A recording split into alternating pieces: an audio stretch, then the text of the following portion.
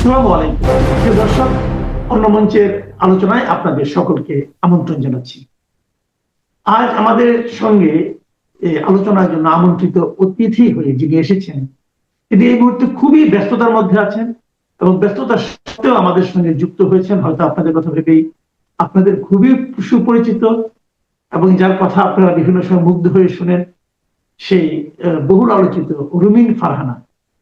Barrister রুমিন ফারহানা, আপনাকে আমাদের অনুষ্ঠানে স্বাগত জানাচ্ছি। আপনাকে অসংখ্য ব্যারিস্টার রুমিন ধন্যবাদ। ফারহানা, আমি প্রথমে আপনাকে সরাসরি আপনাকে একটু প্রশ্নই করতে চাই। আপনি এখন নির্বাচনী প্রচারণা নিয়ে খুব ব্যস্ততার মধ্যে আছেন, তার মধ্যে আমাদের সময় দিয়েছেন আমাদেরকে, আমরা জন্য আপনার প্রতি কৃতজ্ঞ। তবে যে প্রশ্নটা আমি করতে চাই, যে আমরা এতদিন দেখে এসেছি, গত কয়েকটা বছর, প্রায় ধরেন 2018 সাল থেকে বলবো, তারও আগে থেকে বলবো, যে দেশে যখন বিএনপির রাজনীতি লোকে লুকিয়ে লুকিয়ে করত, বিএনপির পক্ষে কথা লোকে মানে খুবই লো ভলিউমে করতো, তখনও আপনি উচ্চকিত ছিলেন বিএনপির রাজনীতিটা মানুষের কাছে প্রচার করার ক্ষেত্রে। তো সেই রুমিন ফারহানা এবার বিএনপি থেকে নমিনেশন পেল না। এই না পাওয়াটা আপনার কাছে আসলে আপনি কিভাবে নিয়েছেন?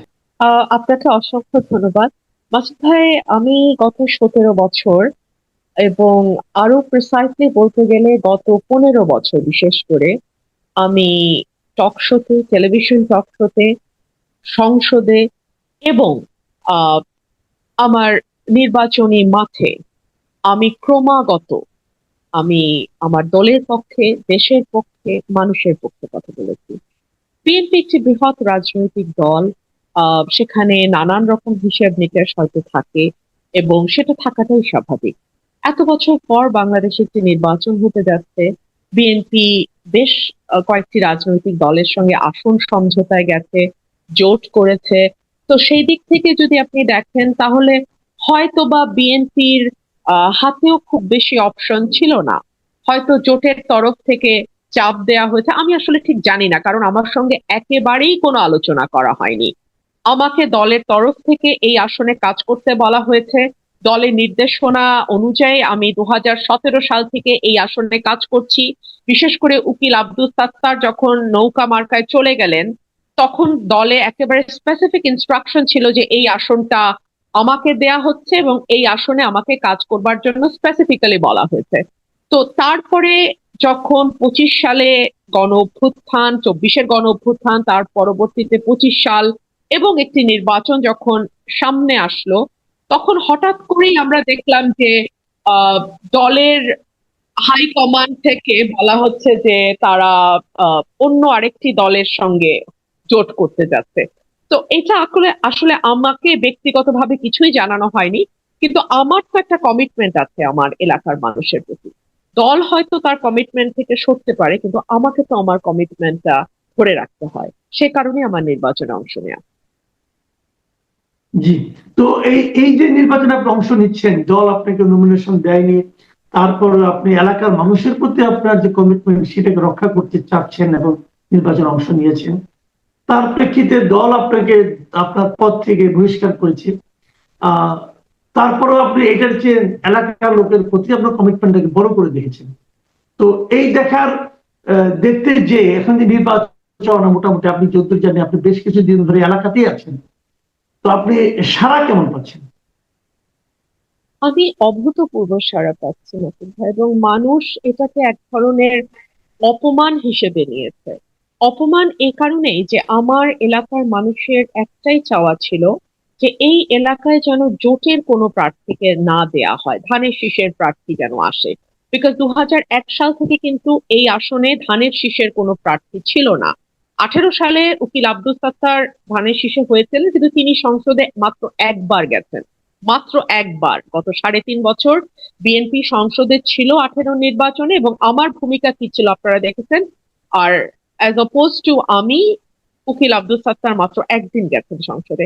তো এলাকার মানুষের একটা প্রাণের দাবি ছিল যে এবার যেন এখানে জোটের কাউকে না দেয়া হয়, ধানের শীষে প্রার্থী দেয়া হয়। তো সেটা যেহেতু হয়নি, মানুষ বিষয়টাকে ভালোভাবে নেয়নি। আরেকটা বিষয়, মানুষকে আসলে আপনি তো অন্ধকারে এখন আর রাখা সম্ভব না, তাই না? কে কাজ করছে, কে কাজ করছে না, কার টেলিফোন দুঃসময় খোলা থাকছে, কার টেলিফোন বন্ধ থাকছে, কোন নেতা নেতা কর্মীদেরকে ফাঁকি দিয়ে হয়তো একটা সেফ এক্সিটে আছে, আর কোন নেতা ফিল্ডে আছে, এটা কিন্তু আজকাল আপনি লুকাতে পারবেন না। ইট ইজ সো মানে এভিডেন্ট, এবং এটা এত স্পষ্ট সবার চোখের সামনে। তো মানুষ এই বিষয়টিকে ভালোভাবে নেয়নি, যে যেই মানুষ 17 বছর আমাদের পাশে ছিল দেশনেত্রী বেগম খালেদা জিয়ার মৃত্যুর দিনে, যেদিন উনি আমাদেরকে ছেড়ে চলে গেলেন, ঠিক সেই দিনই তার লাশ দাফনের আগেই বিএনপির 9 জন নেতাকে বহিষ্কার, এটা মানুষ ভালোভাবে নেয়নি। আচ্ছা, যেহেতু বেগম খালেদা জিয়ার কথাটা আসলোই, এই প্রসঙ্গে একটা প্রশ্ন করতে চাই। আমি দেখেছি যে আপনার ফেসবুক পেজে আপনার প্রোফাইল পিকটা কিন্তু এখনো বেগম খালেদা জিয়ারই দিয়ে রাখা আছে। এটা কেন? দল তো আপনাকে বহিষ্কার করেছে, তো ওনার ছবি আপনার ফেসবুকে প্রোফাইল পিকচার হিসেবে কেন আছে? দেখুন, 80-র দশক থেকে নিজের জীবন, নিজের সমস্ত শখ আহ্লাদ বিসর্জন দিয়ে এই মানুষটি বিএনপি কে আজকের এই জায়গায় নিয়ে এসছে। দেশনেত্রী বেগম খালেদা জিয়ার অবদান কেবল দলের জন্য নয়, সমগ্র বাংলাদেশের জন্য অনস্বীকার্য। এবং আজকে বাংলাদেশে যে আরেকটা ডেমোক্রেটিক ট্রানজিশন হতে যাচ্ছে, তার পেছনে জীবন দিয়ে ভূমিকা রেখেছেন দেশনেত্রী বেগম খালেদা জিয়া। বিএনপিকে বিএনপির ফ্রেমে যদি আমরা দেশনেত্রী বেগম খালেদা জিয়াকে আটকাতে চেষ্টা করি, সেটা খুব একটা ক্ষুদ্র ফ্রেমে দেশনেত্রীকে আটকে ফেলার মতো হয়। দেশনেত্রী বেগম খালেদা জিয়া আমাকে রাজনীতিতে এনেছেন, তিনি আমাকে রাজনীতিতে পদ দিয়েছেন। আজকে যে সহ আন্তর্জাতিক বিষয়ক সম্পাদক লেখা হতো বহিষ্কারের আগের দিন পর্যন্ত, সেটা দেশনেত্রী বেগম খালেদা জিয়ার সিদ্ধান্ত। 2018 সালে আমাকে সংসদে পাঠানো দেশনেত্রী বেগম খালেদা জিয়ার সিদ্ধান্ত। 2026-এর নির্বাচনের ব্যাপারেও হাসপাতালে যাওয়ার আগে দেশনেত্রী বেগম খালেদা জিয়া আমার ব্যাপারে প্রশ্ন করেছিলেন যে ওকে কেন নমিনেশন দেয়া হলো না। তো এই মানুষটির প্রতি আমি যতদিন বেঁচে থাকবো আমার ঋণ আমি স্বীকার করে যাব, আমি যতদিন বেঁচে থাকবো আমার কৃতজ্ঞতা থাকবে। এবং আজকে ধানের শীষের, আজকে তো আমি বলি হাসতে হাসতে যে একসময় গাছের পাতাও নৌকা করতো, এখন গাছের পাতাও ধানের শীষ হয়ে গেছে। যারা একসময় নৌকার স্লোগান দিয়ে দিন শুরু করতো, তারা এখন ধানের শীষের স্লোগান দিয়ে দিন শুরু করে। তো এইরকম একটা অবস্থায় দলের বিপরীতে একা দাঁড়ানোর যে সাহস এবং আপোষহীনতা, জনগণের কাছে প্রতিশ্রুতি রাখবার জন্য দল থেকে বেরিয়ে দাঁড়িয়ে যাওয়া একা, এই আপোষহীনতা বা এই সাহস আমার বাবা এবং তারপরে দেশনেত্রী বেগম খালেদা জিয়ার কাছ থেকে আমার শেখা। আমি আপনাকে দুটো হাইপোথেটিক্যাল কোশ্চেন করব। প্রথম প্রশ্নটা হলো, আপনি বেগম খালেদা জিয়ার কথা বললেন। আপনি কি মনে করেন যদি বেগম খালেদা জিয়া এখন জীবিত থাকতেন এবং উনি যদি সুস্থ থাকতেন এবং উনি যদি বিছানায় পড়ে না মানে কথা বলার অবস্থায় থাকতেন, তাহলে কি আপনাকে বহিষ্কার করা এতটা সহজ হতো? অসম্ভব, প্রশ্নই আসে না। দেখুন, উনি যতদিন পর্যন্ত জীবিত ছিলেন ততদিন পর্যন্ত বহিষ্কারের আদেশ তো আসে নাই। বহিষ্কারের আদেশ তো এসেছে উনি চলে যাওয়ার পরে। এবং বিশেষ করে আজকে যদি উনি জীবিত থাকতেন, আহ অনেক কিছুই হয়তো অন্যরকম হতো, আমি শুধু এটুকুই বলি। আহ আরেকটা প্রশ্ন যেটা বলেছিলাম, দুটো হাইপোথেটিক্যাল কোশ্চেন করব। আরেকটা প্রশ্ন হলো, আপনি বলছেন যে আপনি যদি আপনার এখানে এখন যদি ধানের শীষের কোনো প্রার্থী থাকতো, এখন তো আপনার এখানে ধানের শীষের কোনো প্রার্থী নেই, যদি ধানের শীষের কোনো প্রার্থী থাকতো এবং আপনি না হয়ে অন্য কেউ হতো, অন্য কাউকে যদি ধানের শীষ দিয়ে মনোনয়ন দেওয়া হতো, তাহলেও কি আপনি স্বতন্ত্র হিসেবে নির্বাচন করতেন? আম এটা খুবই হাইপোথেটিক্যাল মাসুদ ভাই, এটা আমাকে এক কথায় উত্তর দেওয়া ডিফিকাল্ট। কাকে নমিনেশন দিচ্ছে, তার গ্রহণযোগ্যতা, মানুষের সঙ্গে আমার আলোচনা করে, আমি যে আজকে যে নির্বাচনটা করছি এটাও কিন্তু আমি মানুষের সঙ্গে আলোচনা করেই সিদ্ধান্ত নিয়েছি।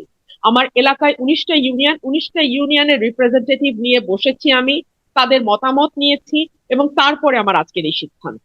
তো আর কাউকে যদি নমিনেশন দিত, তাহলেও আমি যেহেতু আমার এলাকায় কাজ করেছি, তাদের সঙ্গে আমার একটা কমিটমেন্টের ব্যাপার আছে, একটা তাদের প্রতি প্রতিশ্রুতি দেওয়া আছে আমার, তারা আমাকে যা বলতো আমি সেটাই করতাম। আচ্ছা, এখন তারা যদি বলতো না আমাদের একটা ধানের শীষ আছেই, আপনি আর কেন দাঁড়াবেন, তাহলে হয়তো আপনি করতেন না। মানুষ যদি আমাকে সেরকম বলতো, সার্টেনলি আমি মানুষের যেটা কথা, মানুষের যেটা রায়, আমি সেটা মেনে নিতাম। এটা কিন্তু অনেক সময় কথা কথা হয়ে যায়। অনেকে বলে যে আমাকে জনগণ বলেছে, এবং সে দাঁড়িয়ে যায়, এবং সেই জনগণ তো তার কাছের জনগণ। আপনার আশেপাশে যারা থাকে তারা তো আপনার, আপনি শুনতে চান, তারা তো সেটাই শোনায়। বাংলাদেশে তো এটা একটা আমরা টেন্ডেন্সি দেখি। মাসুদ ভাই, আমার মনে হয় আমরা যারা, মানে বিশেষ করে আমি আমারটা বলি, যেহেতু জি। আমার শত কোটি টাকার মালিক আমি না, আমি ব্যবসায়ী মানুষও না, আমি একজন আইনজীবী, প্রফেশনাল মানুষ, পেশাজীবী। তো আমার পক্ষে কিন্তু এত বড় ঝুঁকি নেওয়ার আগে, নির্বাচনের মতো এত বড় একটি ঝুঁকি নেওয়ার আগে, প্রত্যেক জরিপের রিপোর্ট কিন্তু আমি দেখেছি। আপনি জানেন, Right. গোয়েন্দা সংস্থাগুলোর জরিপ হয়, আপনি জানেন দলগুলো জরিপ করে, এবং আজকাল বেশ কিছু সংস্থা আছে যারা কিন্তু পেশাদারিত্বের সঙ্গে জরিপের কাজটা করে দেয়। তাদেরকে তারা তাদের পারিশ্রমিক নেয় এবং পেশাদারিত্বের সঙ্গে তারা জরিপ করে। 8টা থেকে 9টা জরিপের রিপোর্টের উপর ভিত্তি করে আমি আজকে দাঁড়িয়েছি। তারপরে আমি আপনাকে অনুরোধ করব, আপনি তো আমার সাথে ফেসবুকে কানেক্টেড আছেন, এবং যারা আমার সঙ্গে ফেসবুকে নাই, আমার ফেসবুকের প্রত্যেকটা পোস্ট কিন্তু ওপেন ফর অল, সবাই দেখতে পারে। আপনারা একটু দেখবেন, আমার গণসংযোগ এখনো মার্কা পাইনি। আজকে আমি আমার 3টা ইউনিয়নে পথসভা করে আসলাম। সেটা পথসভা হলো না জনসভা হলো, সেই বিচারটা আপনারাই করবেন। আপনারা আমার ফেসবুকে যাবেন, দেখবেন, আপনারা দেখে সেটা বিচার করবেন। মার্কা তো পাননি, মার্কা কোন মার্কাটা আপনি চাচ্ছেন অথবা পাবেন বলে আশা করছেন? আমি হাঁস মার্কা চাবো, আর আশা করছি হাঁস মার্কায় নির্বাচন করব। আরেকটা কথা আমি বলা হয়ে থাকে, অনেকে বলেন যে দল আপনার প্রতি বিশেষ কয়েকটা কারণে ক্ষুব্ধ। বিশেষ করে নির্বাচন কমিশনে গিয়ে আপনার নির্বাচনী এলাকার সীমানা নির্ধারণ নিয়ে ওইখানে আপনার যে ভূমিকা ছিল তাতে কিন্তু আপনার উপর আনহ্যাপি হয়েছে। এই সম্পর্কে আপনি কিছু জানেন? আপনি কেউ কিছু বলেছে? যেই দলকে 17 বছর পরিশ্রম করে হ্যাপি করতে পারলাম না, আর একদিনের ঘটনায় আনহ্যাপি হয়ে গেল, তাহলে এই দল আসলে আনহ্যাপি ছিল, নতুন করে কিছু করতে হয় নাই আমাকে। তো আপনার নিজের বিশ্লেষণটা কি, যে এতদিন সার্ভিস দেওয়ার পরে দল কেন আপনার উপর হ্যাপি হতে পারলো না? এর কোনো ব্যাখ্যা আপনি নিজে নিজে কখনো করেছেন? এটা তো দল বলতে পারবে, ওটা নিয়ে মাথা ঘামানোর সত্যি আমার এই মুহূর্তে সময় নাই। আমি আশা করি নির্বাচনের পর একটু অবসর হব, তখন বসে বসে না হয় ভাববো। এখন আমার এটা নিয়ে ভাবার একদম সময় নাই। অনেকে আবার এই কথাও বলেন যে এটা পুরোটাই একটা স্ট্র্যাটেজি, যে আপনি নির্বাচনে যদি জয় হয়ে আসতে পারেন তাহলে দলে আপনি আবার ফিরে যাবেন, দল আপনাকে আবার বুকে টেনে নেবে। এই ধরনের কথা কিন্তু অনেকে বলে। এই ধরনের কোন স্ট্র্যাটেজির কি আপনি পার্ট? আহ একেবারেই না। আর ভবিষ্যৎটা তো ভবিষ্যতের হাতে। আমি এখানে অনেকগুলো ইফস এন্ড বাটস এর খেলা। আমি যদি জিতি, আমি যদি জিতি, দল যদি আমাকে বলে, তখন যদি আমি রাজি হই, আমরা কালকে কি হবে তাই তো জানি না। আজকে রাতে আমি বা আপনার কি পরিণতি হবে তাই আমরা জানি না। সেখানে কবে নির্বাচন, তারপরে কি পরিণতি, সেটা তো অনেক পরের কথা, দেখা যাক সময় কি বলে। আমরা আলোচনা শেষ পর্যায়ে চলে এসেছি। আর দুটো প্রশ্ন করতে চাই। একটা হলো যে এই যে অবস্থা এখন দেখছেন আপনার এলাকায়, আইন শৃঙ্খলা পরিস্থিতি এবং নির্বাচনের যে এই পরিস্থিতি যেগুলো আছে, সব মিলিয়ে আপনার মানে নির্বাচনটা শান্তিপূর্ণ হবে কিনা, মানুষের অংশগ্রহণ কতটা থাকবে, এই সমস্ত বিষয় নিয়ে আপনার অবজারভেশনটা কি? এখন পর্যন্ত আমার এলাকায় আমি তেমন কোনো বিশৃঙ্খলা লক্ষ্য করি নাই। তবে এখনো কিন্তু প্রচার প্রচারণা শুরু হয়নি, এটা শুরু হবে 22 তারিখ থেকে, তখন আরেকটু ক্লিয়ারলি বোঝা যাবে। আর প্রতীক যেহেতু এখনো বরাদ্দ হয়নি, 21 তারিখে প্রতীক বরাদ্দ হবে, তারপরে দেখা যাবে কি অবস্থাটা দাঁড়ায়। তো আমার মনে হয় আমরা আরেকটু দেখি। জি, অনেক ধন্যবাদ, অনেক ধন্যবাদ ব্যারিস্টার রুবিন ফারহানা। আপনি এত ব্যস্ততার মধ্যেও সময় দিয়েছেন আমাকে। আমাদের দর্শকরা নিশ্চয়ই এটা খুবই এনজয় করবে আপনার এই সমস্ত খোলামেলা বক্তব্য। আপনি যদি সময় দেন এই নির্বাচনের মধ্যে আপনার সঙ্গে আরো একবার মিলিত হওয়ার চেষ্টা করব। একাধিকবার। নিশ্চয়ই নিশ্চয়ই যদি মাসুদ আপনি ভাই, সময় দেন। আপনিও আপনি ভালো ভালো থাকবেন। থাকবেন, দর্শকদের আমার শুভেচ্ছা।